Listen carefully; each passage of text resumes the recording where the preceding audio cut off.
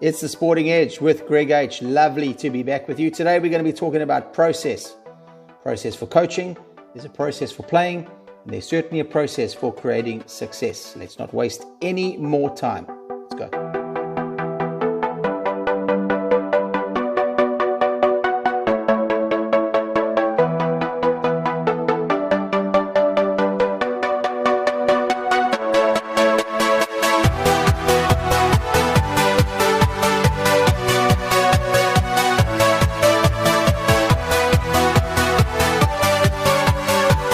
Episode 3. Welcome to the Sporting Edge with Greg H. Wonderful to be with you again.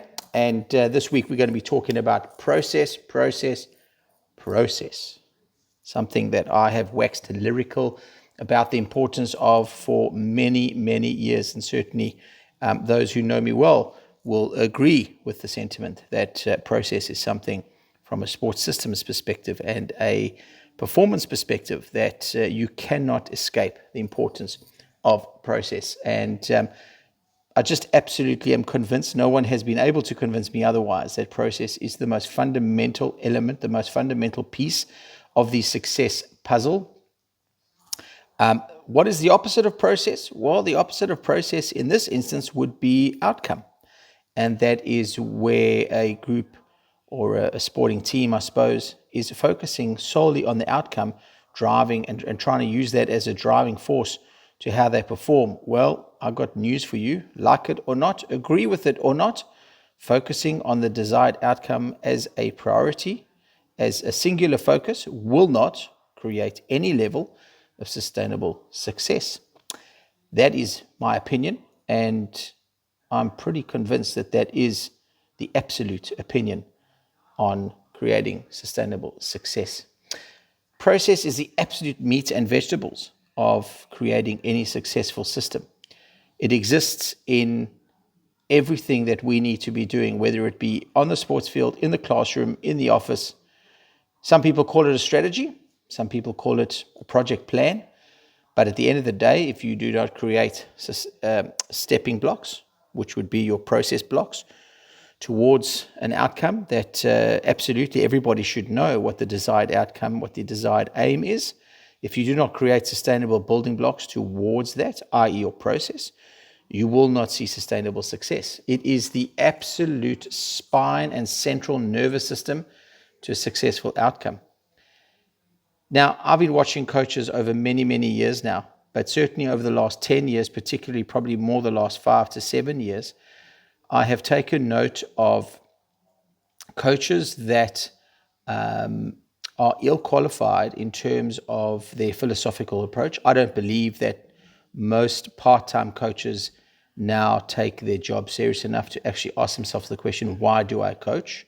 Something that I certainly would work on tremendously with all coaches who I had the privilege of serving. I would certainly try and build their philosophical understanding of what it is that we're trying to do. And I also believe that more modern day, or should I say modern day is not the right word, but certainly the last 5 to 7, perhaps 10 years, coaches are not only negating the importance of process, but they are in fact neglecting it. And that is because our coaches primarily are of a younger age and are of the society that demands immediate gratification. The satisfaction must be now or it's not worth it. The modern disposable society, which is the society that demands absolute immediacy in its gratification. And so too, coaching has become driven by results. Now, this is also driven by the fact that we're focusing on results, is also driven by the fact that this is how we are measured. And I know that I blow my trumpet. That's just the way it is. It's my show. I can do that if I like. And you can do that as well on your own show if you have one. But the truth of the matter is I never ultimately made a point of not measuring coaches solely by results. But I always wanted to see what the retention of the players was each season. And for me, the success of a coach, the success of a process, the success of the system was always vested in the rate of return and how we assessed participation. And so when the focus is just about results, and little or if any time spent on process, the results that are delivered, whatever they may be, because it can be that they'll be positive, will not be sustainable. Another thing that we looked to create was something called the cycle of performance, which was circular in its diagrammatic representation. And we had little points along the circle which indicated the process of the cycle of performance. And it was circular because I didn't want it to ever end. It wasn't linear, so it didn't have a start point and an end point, but it continued. And the idea was that at a certain point in time, over many years, the idea was actually a 5-year plan at the time, was that at a particular point in those 5 years, our process and the outcomes that we were achieving from the process as our cycle of performance was in fact going to start to look after itself, allowing us to strategically adjust and realign our focus into other areas to feed the process: recruitment of coaches, retention of coaches, enrichment of coaches, looking at different ways of how we coach, how we train, how we engage the individual. And one of our upcoming episodes, I'm going to be talking about my edgy performance model, which is my solution to removing high performance out of schools. And so in school and in youth sports clubs, and I'm talking about kids aged around ages of 8 to 16 years old, process is fundamental. It is absolutely fundamental that the process as a word is a consistently used word. But if we're looking about coaching, the process of coaching is fundamental to the cognitive retention of skills. Repetition is the mother of all skill. Now, repetition in itself will speak to process. It's something that's being done over and over and over and over again. Avi Joseph, a friend of mine who works in, I suppose, health and wellness, vitality, coined this phrase for me. I'm not too sure where he got it from, but the repetition is the mother of all skill. The process of coaching a sports team today is much more and should always be about building good people and building character in those good people. And that in itself is a process. And as the process of evolving then into an effective coach takes a lot of effort, takes a lot of investment, time and money, and it takes discipline, and it takes a great deal, as I say, a great deal of patience and a great deal of time. And unfortunately, our younger generation today certainly doesn't seem to have the patience for the time that it takes to invest into building a process that ultimately results in the desired outcome. And I fear that coaching today is simply about the result. It's simply about how many W's we can put in the column. And so for this, we then have a problem in our selections, because what are we doing? We will always look to find the perceived superstar or the grouping of superstars in a team sport. We're always going to try and look for the superstars in that team who are going to take the team to positive results so that we can be, as coaches, measured effectively. So no growth of the people takes place, no growth of talent takes place, no skill is enhanced. The coach hasn't grown anywhat. And if the coach hasn't grown any at all, then the players aren't going to be growing. And so we have this pseudo progression of so-called talent, which at some or other point in the process, in the cycle of performance, breaks down. And we sit there with our hands open and mouths ajar, and we're saying, how did this happen? We were winning all the time and we were doing this. But I can tell you how it happened. You didn't have a process in place. You didn't have something that you could fall back on. You didn't have something to go back down the line, down the chain of success, the chain of building to a point to see, oh, we didn't do that correctly, or we didn't do that correctly. And so when you have no growth of people, and as a coach, one of the biggest things you need to be doing is growing people, and you're focusing on a selfish means to an end, and we discard any philosophical approach to process and to coaching, then our results eventually will start to tell a story. Now, any coach, any head of sport, any dean of sport, director of coaching, allowing something like this to take place in their sports system doesn't deserve to be in that sporting system. And any coach who doesn't want to coach in this way is, unfortunately, I'm going to say it like it is, in my opinion, you're not really a coach. You're simply an individual seeking some extra money to do with it whatever you want, and that's fine. I mean, if you're absolutely that way inclined, I would certainly term those individuals as posers to the science and to the art of coaching. Hard-hitting comments here on the Sporting Edge with Greg H today. Not taking any prisoners today. A coach has to be effective, people. They have to be effective, and his or her currency must be consistency. Must be consistency of process. Must be consistency to build loyalty and to take on trust. You have to be consistent.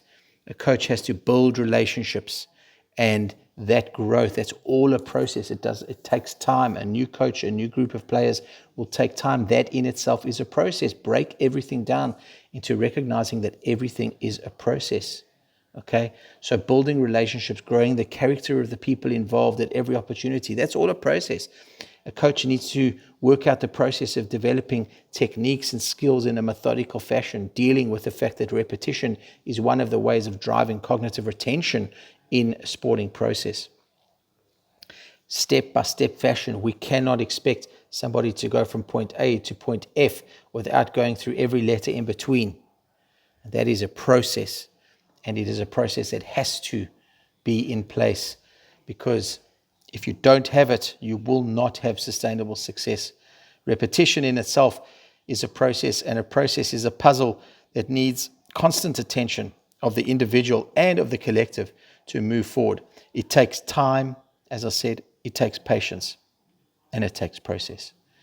It takes focused engineering of the process. You cannot simply say, well, we have a process, and then you don't mine or you don't engineer that process in a particular way. The superstar will come out naturally at the right time. You don't have to rush anything, but imagine in a group of players, be it a cricket team, be it a footy team, be it in your Davis Cup tennis team, be it in your President's Cup golf squad, if you can build a number of superstars that are all invested in a process, that all trust the process and trust the consistency, how more successful you will be. There's certainly a time and a place for everything, but not even talking about the President's Cup or the Davis Cup or Carlton Footy Club or whoever it is, the Australian cricket team, men and women. Let's talk about the lower levels. Let's talk about the grassroots of every code. That is where you entrench process. That is where you teach coaches, and that's where your best coaches should be. Building process, building a patience, building an understanding of what it is we should be doing.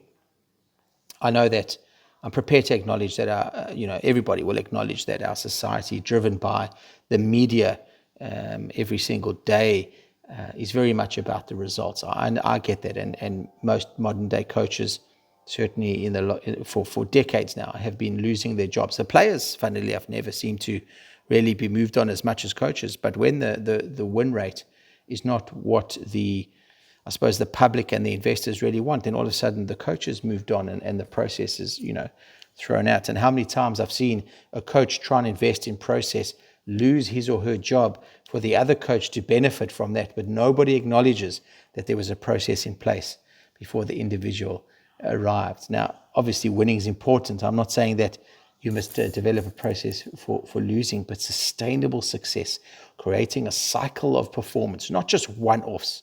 Anybody can potentially drive a one-off success, but imagine you can drive a process of constant success, consistency, a cycle of performance. That is what we have to be. That is what we have to be aiming at. And although winning is very important, my point is not that it's the only thing. Winning can never be the only thing. And I know Michael Jordan with the Chicago Bulls uses a quote where he says, "There's no I in team, but there's an I in win."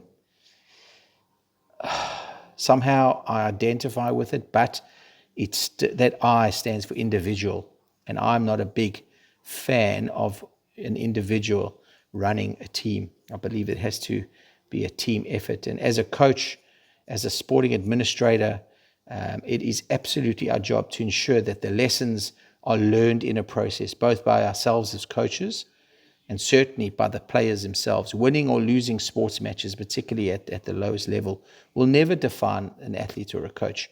The higher level, absolutely unfortunately, losing does define a coach. And bad decisions by adjudicators, umpires, referees can have massive ramifications on a coach's career.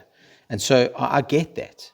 But certainly in my 25 plus years in this space, the most common comment on teams or individuals ultimately always reflects on how they played the game, how they handled their own characters, if they got a W or if they lost a game.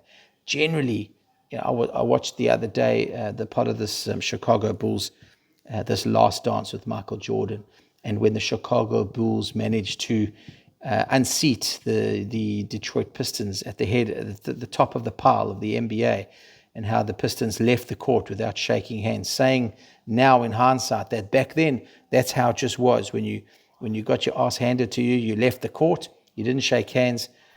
Can't agree with that, and the Chicago Bulls of that time didn't agree with that. But focusing on a win at all costs approach generally translates to an arrogant, disrespectful, rude environment. Ask the Detroit Pistons. They did whatever they needed to do to beat whoever they needed to beat, resorting to the most unbelievable physical assault on the basketball court of players because they just had no other solution to finding a result. So it's imperative to never get lost in results, but to be process-driven, to have a growth mindset that is lateral, that is open to opportunities, that doesn't accept the status quo for what it is, but it always accepting that is a building block, and we move on to that. We don't forget it. We move up from it. We don't move on from it. We move up from our previous step, and that we set a target firmly on improving our people, improving our players, improving our coaching team, our management, our assistant coaches, improving everybody. The DNA that's got to be left around a team environment has to be impeccable. It has to be of the highest quality. And you do that by having a sound appreciation of process. Process. It needs to be constructive, and it needs to assist us in having a positive influence in our community. And we all know that sport is the vehicle to grow great people. That's it for today. That's our episode on process. As I say, coming up, we're still going to be chatting to Sharman Naidu at some point, part of the hockey and cricket department at the Wits University in Johannesburg, South Africa. Going to be catching up with Sharman, and hopefully we're going to be lining up a couple of other guests. But until we come back on Tuesday, which will be the 12th of May, will be our next episode. I will look very forward to being in touch with you then. I look forward to having your comments on our Facebook page. Subscribe to our YouTube channel. Feel free to be to comment on Instagram and Twitter as well. It's been fantastic to be with you again here today, and I look very forward to continuing our show with you. A big shout out to all the coaches out there that are making a huge effort to grow people and just keep it at the edge of sport. That's where it's at. All right, it's Greg H. signing off. See you soon.